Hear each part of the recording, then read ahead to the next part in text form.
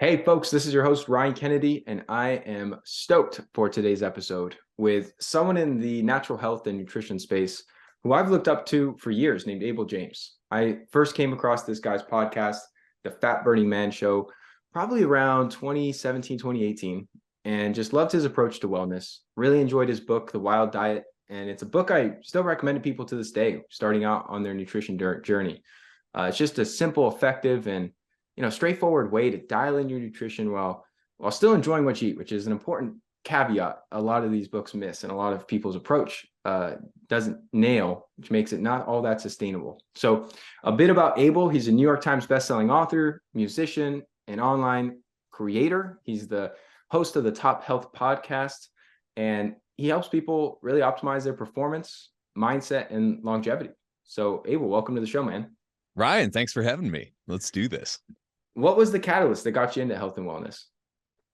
I've always been a health nut to one degree or another. And my mom growing up was also a holistic nurse practitioner and wrote some books about herbal, basically ways to use herbal medicine and natural medicine in clinical practice. And so that was a big part of her work. And I kind of grew up in this world in the middle of nowhere in New Hampshire where if my brothers and I got sick, then mom would be running out to the woods or the field and getting all sorts of weird leaves and roots and tinctures and berries and all the rest of that, just covering us with bombs. And so it was a wacky world back then and a little bit different than some of the people we grew up around, but also wasn't that different because in the middle of nowhere, people still do that, or at least they did back then. But then, of course, I thought that I was better than that after getting a big fancy education, getting big fancy health insurance, and started following that train of thought. And my doctor told me to avoid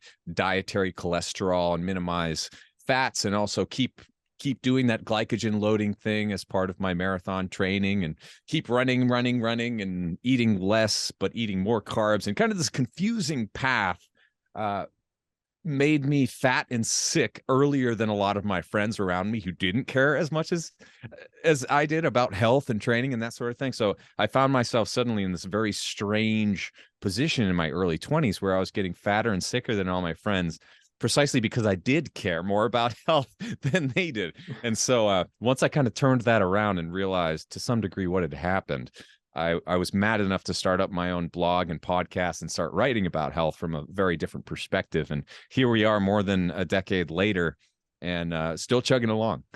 I love it, man. Yeah, it's certainly still a lot of mainstream conversations are happening around that whole concept of do more cardio, eat less, move more, even though it's simply failed to work to any significant degree for our society as a whole. It's still being propagated by mainstream media outlets. So the work you do is more important now than ever.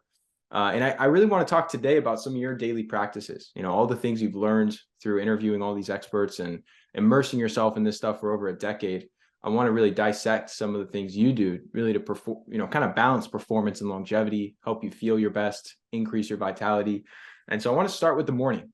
Do you have any specific morning routines that you do on a daily basis? Any specific habits that you've incorporated to start your day that you're like, dude, this just works. It's the jam for me. And I really find it makes my whole day better. Definitely. And I was just watching your video about your own morning routine. I think a lot of this will probably jive, but the way that I like to start the day is getting light on my skin and into my eyes as quickly as possible from the sun, not artificial light, ideally. Now, that's not possible for everyone. This is just more kind of like, ideally, what would you do if the weather cooperates, your life cooperates, and what have you. So you try to check these boxes as often as you can, but you don't have to be obsessive about it every single day. You have to do every single one of these things. But what I find helpful is that is very important, making sure that you're hydrating, getting ahead of that instead of falling behind right away, as so many of us do. And I like as well going outside, doing a little bit of walking, usually with the dog. And if I can, having my feet make contact to the ground, and engage in that early in the day. Do a little bit of Qigong or Tai Chi or kind of yoga type movements, just a few minutes to get things moving and not feel so constrained. Or I find that when you get that light sweat. It doesn't have to be a workout or anything, but just like you get moving and then you start lightly sweating. That's almost enough of a threshold to pass to make you feel pretty great for the rest of the day, or at least be a hedge against feeling like you're stagnating. Because if it's a rest day when all you're doing is not moving, that feels way worse than having kind of a slightly active rest day, if that makes sense. Mm-hmm. So getting that stuff all going and front loading your good behavior in the morning can be really effective to make sure that you don't slip up later on in the day. And you don't notice the fact that you didn't meditate that morning or take a few minutes to work on your breathing until it's 3 p.m. and you crashed out, and then you like barked at your neighbor, or you screwed up something at work, or whatever it is. So really protecting your time in the morning and making it sacred to yourself, if you can, is a valuable thing to do. And let's see, what are some of the other things? I would say you need to put your shields up and practice a little bit of self-defense when it comes to your unconsciousness, because if you wake up and you check your phone, it's very easy to just jump into that reactive mode where the day has run away from you. You're all of a sudden chasing all these random errands, and your life is chaos right away. And so none of us can avoid this all day. Eventually, we all fall for the chaos and get sucked into it. But if you can delay that just a little bit, if it's a few minutes, that's great. If it's a few hours, and then you can actually do some work before you've been interrupted that morning, especially creative work, spiritual work, self-improvement of some kind, that's extremely valuable. So that's how I kind of get the day started for the most part. Typically, I'll do a 16-8 type fast, and so I'm not eating until later in the day. I do some nice work or practice around business, art, music, what have you in the morning. Try to get that, get some of those boxes checked. And then as the day goes on, I think it's also important to sprinkle in little bits of activity, breathing, sunshine, sunlight, and also by the end of the day, turning down that artificial light, the external noises of any kind that could distract you. A lot of times this is all happening below our, operating level of consciousness. So subconsciously, if you're listening to traffic noise and sirens and all of these voices outside the window or wherever you are, this becomes more and more distracting as the day goes on, especially in today's modern world, when anytime you walk outside, people are on the internet. And even if you're trying to avoid the news, someone's on their phone, they're going to shout out something weird that happened that day or another thing you can be outraged about. So once again, you kind of need this self-defense. You need to put your shields up and get clear about what you want to do that day. And then when you kind of organize your intentions and deliver on them, importantly, later on the day, even if it's just eating a quality meat that day and making sure that you shop for it and you do all those simple things. It doesn't have to be sexy, doesn't have to be extravagant, but if you set up your intention and deliver on your promises, then follow that and ride that momentum for your other days, then health becomes something that snowballs over time instead of being this constant battle where you're like, what do I do today? I don't know. But the answer often is much, much simpler than most people think it is.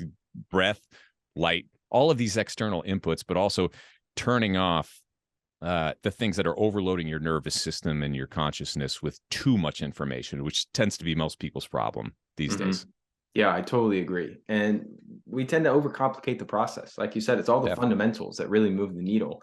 And people think they need to buy all these biohacking gadgets and gear just to, abide by these practices, but they're all provided to us for free by Mother Nature. And it's the best way to get them. And so whenever even red light, it's like, and I'm sure by virtue of what you do, you've tried all sorts of gadgets, and I certainly have over the years, just half dozen or maybe a dozen different red light PEMFs, and there are so many different supplements and gizmos that we've tried over the years. Some of them are incredibly useful, but that's definitely the exception, and you hardly need any of them. Yeah. I think there's a time and place, like you said, to where you can incorporate a little of this better living through science. If you live on the East Coast and you're like, hey, Abel, this sounds great, dude, but there's 4 feet of snow outside. I don't know if I'm going to go for a barefoot walk in the sun today. So maybe you do get a red light panel and you do get one of these grounding mats. But like, I don't even own these devices, even though I love buying health gadgets and all these types of equipment. It's like I live in San Diego. I get sun every day. I go on Yeah. barefoot beach walks. Like Yep. I'm in an environment to where I don't really need them, and I'm able to really tap into all these benefits without having to buy all this technology, which is, I think, the ideal scenario when your location is conducive to it. And Absolutely. one of the things I've heard you talk about, and I really am a big proponent of this as well, when it comes to training, is really these like small workouts, really doing Yeah. things that are short and sweet, kind of keeping it intense, but not doing a ton of volume, not, going back to what you said, running marathons and having this thought in your head, like you got to do 2 hours of cardio every day. So what does your training regimen look like these days?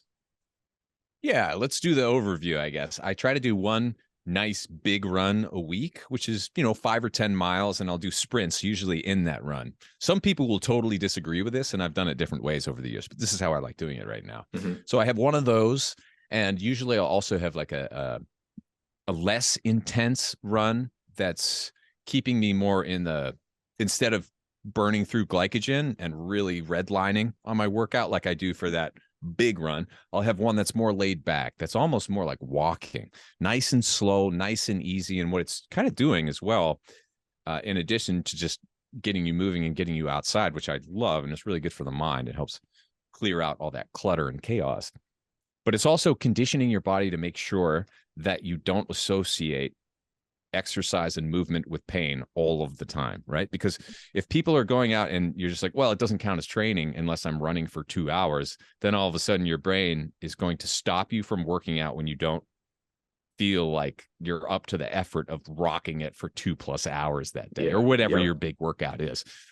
And so you do need to kind of have this ability to move things around if you need to, because some days you feel better than others. Some days you're well slept and you're ready to do that big running workout with sprints. So that's one big workout that I do a week. Then my other big workout, which are relatively small, I will say, compared to most other people who kind of like work in health as a vocation. So when I say big workout, I mean almost lifting as much as you can or as many reps as you can, but not quite. For sprints, it's like I'm not doing 11 out of 10 in terms of intensity. It's more like 8 or 9. I'm almost 40 years old now. And so I'm not fooling anybody. We're not going after the ultimate PRs every time. It's more about longevity and that sort of thing. So only a couple of like more legitimate, bigger workouts during the week. And the rest of it is just movement or maybe a little bit of strength type training sprinkled throughout the rest of the week. And I try not to have more than one day in a row that's a rest day where I'm not really engaging in anything. But for many of the days, especially a busier day, it might just look like, a 50-pound kettlebell swinging it 60 times twice. That's my whole workout for the whole day, aside from, walking the dog in the morning, trying to get outside and take breaks throughout the day. Also, another thing that can be really helpful, especially after wearing the continuous glucose monitor and looking at what's happening inside my body, is anytime you're having a big meal, especially a carb-heavy meal, trying to make sure that you have some level of activity around the time of that big meal is very important. Even if it's just a short walk after you eat dinner or after you eat lunch, that can make a difference as far as your blood sugar is concerned, to a degree that almost makes you look like a different person. If you're just looking at the data, it's very fascinating, because on the rest days, I can eat exactly the same food and have a fundamentally different response, almost as if I'm in a different body, compared to the days that I do that big run or that big strength workout. And meeting in the middle, where you're doing some level of small activity, working on, just pumping out 20 or 30 push-ups once or twice around mealtime, or doing some air squats, something that might be a little bit more than walking, showing your body that it is important to open up those muscles, let the glycogen in, show your body that food is not bad, that working out is not bad, and it doesn't have to be a monstrous expenditure of energy every time. Is really important. But that said, it's important to have those bigger workouts sometimes to make sure that you do keep building your strength. Your muscles don't, you want to tell your muscles to stay there, even if you are fasting. So that's another important part of this, where if you go without food for a while, or you're under eating for a while, it's still important to exercise to some degree and work on that strength, because otherwise your body will adapt by saying, well, you're carrying too much weight and a lot of that's muscle. We'll just let that go. And muscle is basically your longevity organ. If Yep. you want to do everything you can to avoid losing too much muscle all at once. So that balance isn't always easy, but if you combine, a lot of people like to separate nutrition from movement and exercise. And the longer that I've done this, the more I think that they really have to go hand in hand if you want to nail this. If you want to do pretty well, you can keep them separate and not really think about refueling your glycogen on a regular basis. And if you don't want to work out that hard, there are ways to do it and just focus on the diet. But for most people, if you're doing this for longevity and you're doing this for the long haul, then you've got to have a handle on both. Yeah, I completely agree. And I always like this concept of like earn your carbs. Like if you're Yeah. pretty sedentary and you're sitting at the office all day, you probably shouldn't have this big carb, high carb No. meal. But if you've been doing deadlifts and you worked out and then you went for a walk after, it's like, yeah, you could have a pretty generous portion of starches, and it's not really going to be deleterious to your And health. in fact, it might help a lot, because one of the Yeah. mistakes I made when I was running marathons originally was underfueling. Yeah, I would, go and run 25 or 30 miles for training or for a race. And then I would eat a little bit, but the times that I didn't eat enough, I would immediately get sick for the next 3 days. My immune system would just take a beating. And wearing the CGM over the past few years, I've had a few experiments where I did this, and I'm like, I wonder how many carbs I actually can dispose of after a big run. I wonder how much my muscles and liver glycogen can really absorb and reintegrate a lot of this stuff. And the answer is, even if I'm eating a bunch of toast, donuts, horribly unhealthy things for the most part, I can still get away with some of them, kind of, or at least according to the CGM data there. I can get away with refueling with those carbs and will feel a lot better. But the clean carbs, you definitely notice in terms of how you feel the next day and the next week or whatever. So focusing on, clean overnight oats or rice that's been heated and then cooled so it has resistant starch in it, and other things like that that are more the clean burning carbs, are definitely preferable to the super junky cheat day type stuff that a lot of people say is the answer and it's going to keep you happy. For the most part, that might help at the beginning, but for a lot of people who want to stay at it, the clean burning carbs in the right amounts based on your activity and used strategically can be really, really useful. And underfueling is a giant problem that a lot of people don't have on their radar, including myself. I've made a lot of mistakes in that direction because it's easy to think that if you're not eating, then you're winning in some ways. But if you're trying to combine that with serious training, serious strength, or serious miles, then it's not going to work, and underfueling is going to become a big problem. But then again, so is overfueling. So Yeah. it's definitely a moving target. Yeah, you got to find that sweet spot. Well, on the topic of recovery and replenishing after some of these training sessions, one of the topics I'm always interested in is HRV, heart rate variability. And I'm curious what you found in ways of ultimately increasing your heart rate variability, because I know a lot of folks will tend to have lower HRV. And for people listening in, this is a metric that's measuring the space between your heartbeats. And generally speaking, a higher number, a higher spacing is generally a good sign that you're recovering well, your nervous system isn't all stressed out, your body's not, under a ton of stress. And having a lower number is typically the opposite. You typically, it's not a good thing. And so I'm curious to hear your perspective, Abel, on what you've learned here and in different practices you've implemented to improve HRV. Once you start measuring it, you can tell what alcohol does to your system. Oh You yeah. can tell what sugar does to your system, and it's actually pretty similar. The difference would be is when you come back from a big run or a big expenditure of energy, then refueling your glycogen with alcohol is not a good idea. Although I will say that near beers or beer that doesn't have alcohol in it can be an interesting way to refuel glycogen that I've tried more than a few times. But those sorts of carbs are not the same as the real alcohol carbs and the super high glycemic sugary carbs. So You can, when you start measuring your HRV or even just your overall heart rate, the average the next day. For example, what happens to me is if I drink more than a couple of glasses of wine, then there's a noticeable increase in the average heart rate for the following day. It might be as much as 4 or 5 beats, or if I really tie one on, then it's more like 10 beats higher than it should be on average, which is bad. That's bad. So when you measure some of these things and you color outside the lines and you miss that night of sleep, for example, or you have a crappy sleep, all of a sudden your heart rate variability is trash. Your heart rate might be up the next day. And if you do that blind and you're not really paying attention to that, then you'll notice during your workout, you're not going to be able to get through all the sets that you usually do. You're going to be gassed out by the end, or you're not going to be able to get the per mile time that you were aiming for. Even 1 or 2 glasses of wine can do this to you. But when you start looking at the HRV and the heart rate in particular, as well, that's when you really notice the lifestyle factors more than anything else. I think the continuous glucose monitoring can also be really helpful for showing you that it's not just the food that's coming in that's affecting your hunger, your blood sugar, and recovery, and all the rest of that.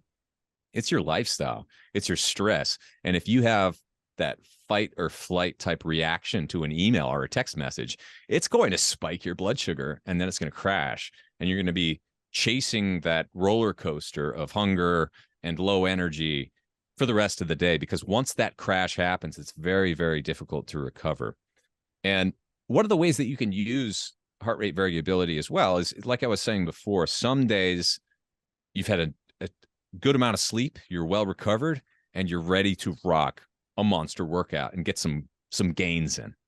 Other days, not so much. And I like to do my strength-based workout on Monday or Wednesday. For a while, it was like every Monday. But every once in a while, you're not going to be up for it on that Monday. And instead of trying to push through every single time, it's good to check in with yourself, take a look at your data if you can, and be like, well, what is my heart up to?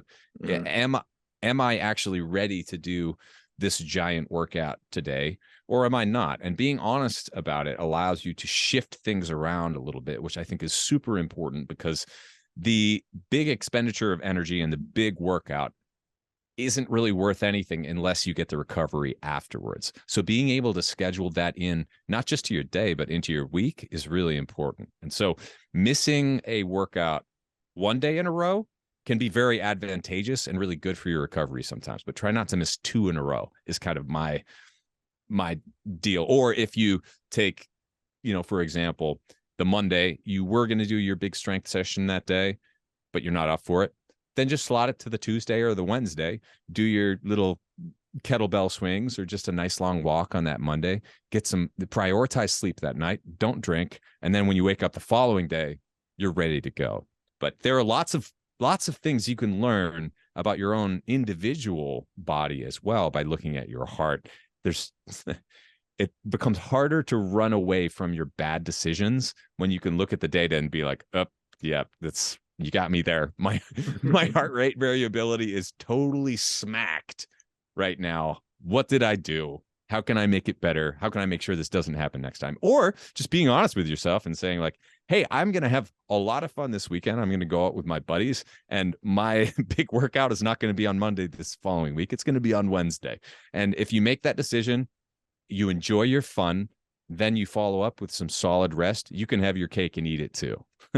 Yeah. These devices like the Oura Ring and the Whoop, they really do provide you with that awareness, which I think is missing for a lot of people. Just kind of identifying like what these things are actually doing to your body and quantifying it so you can see the data, because it really does help you stick to healthier habits when like there is a cost. And most people understand that, like, well, I know alcohol is not good for me, but when you see, oh my gosh, my sleep was trash, my heart rate was up, my core temp was increased, my HRV was in the tank, it starts to switch something in your brain where you are really a lot more intentional about these choices.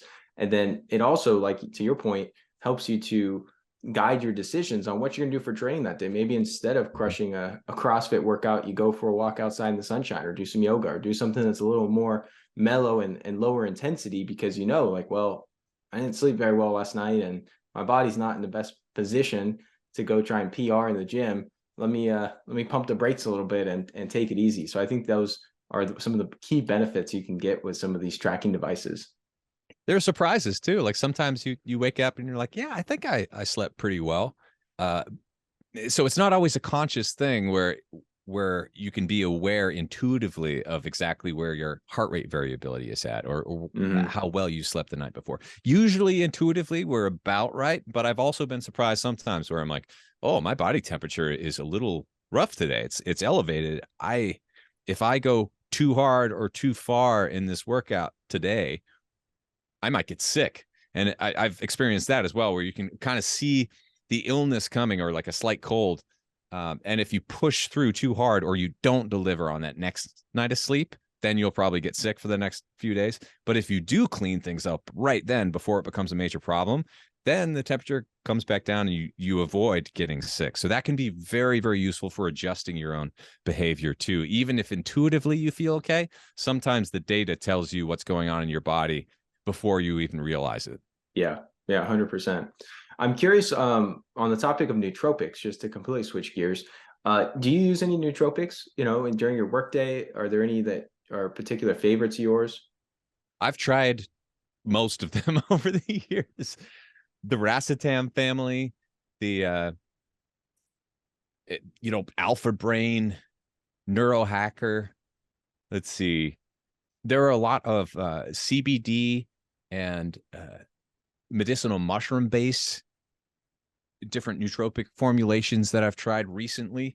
And many of them can be somewhat helpful, but it's not one of those things where I've made it a part of every single day. It's more about managing stress, I think, than it is about taking the level of consciousness or cognition up to some superhuman level.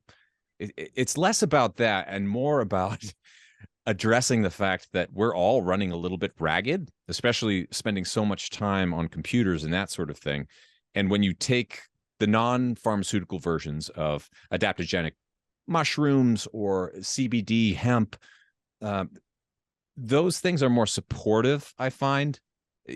Even, Alpha Brain, I didn't find that did much for me back in the day. I haven't tried it in a few years. And a few of the others, like the racetams, maybe it does do something, but I'm not sure if that thing is good or not. I've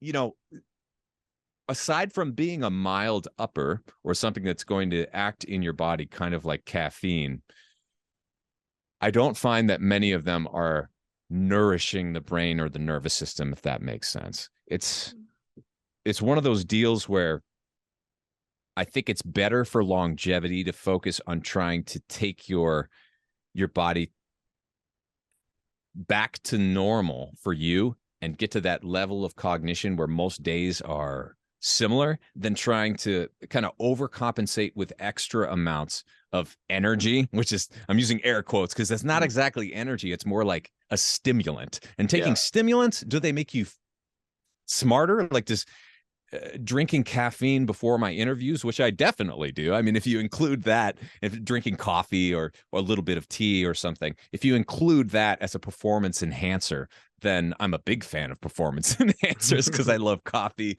especially on days where I need to perform, play music, write music, do interviews all day, etc. So I think before people get too carried away with pharmaceuticals, with foreign substances, with novel substances or newfangled substances, it's really important to make sure that you're checking the boxes of what is actually nourishing my body and supporting it back up to that level of healthy normal that we all would be at in a more natural world. And so the way to go about that, I've found that really helps, are the more nutrient-based uh, options, kind of like hemp, CBD, medicinal mushrooms, a few other compounds, L-theanine, GABA, a few others can be helpful, but also not as useful as all of the marketing hype would make them out to be. And a lot of people Yeah. kind of say that this is the answer and I'm smarter than you because I'm on all of these drugs or non-drugs and I'm taking them illicitly or not. And it's kind of this weird world where all of a sudden people find themselves reading about steroids and peptides and all of these novel substances and thinking that all of those are the answer too. And maybe they are, but you could certainly get carried away by trying to make that movie Limitless come Hmm. true with Bradley Hmm. Cooper, and that's, in my experience, it's not one of these things where you take a pill and you instantly become smarter. What actually makes you smarter, I think, is controlling your line of questioning, reading books, playing, and doing other things that challenge your body and your mind to constantly adapt and become better. But usually that's not exogenous.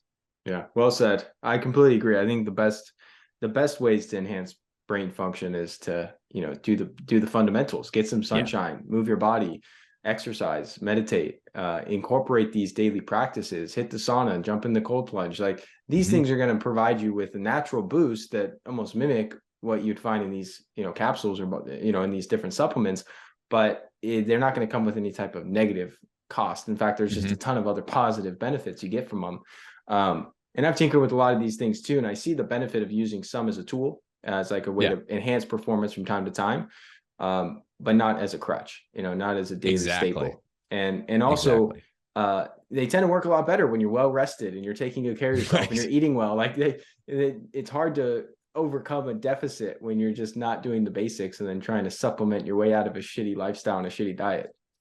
Yeah. I mean, they work best when you don't need them. It's kind of Yeah. the bizarre thing about it. Yep, that's the truth. That's the truth.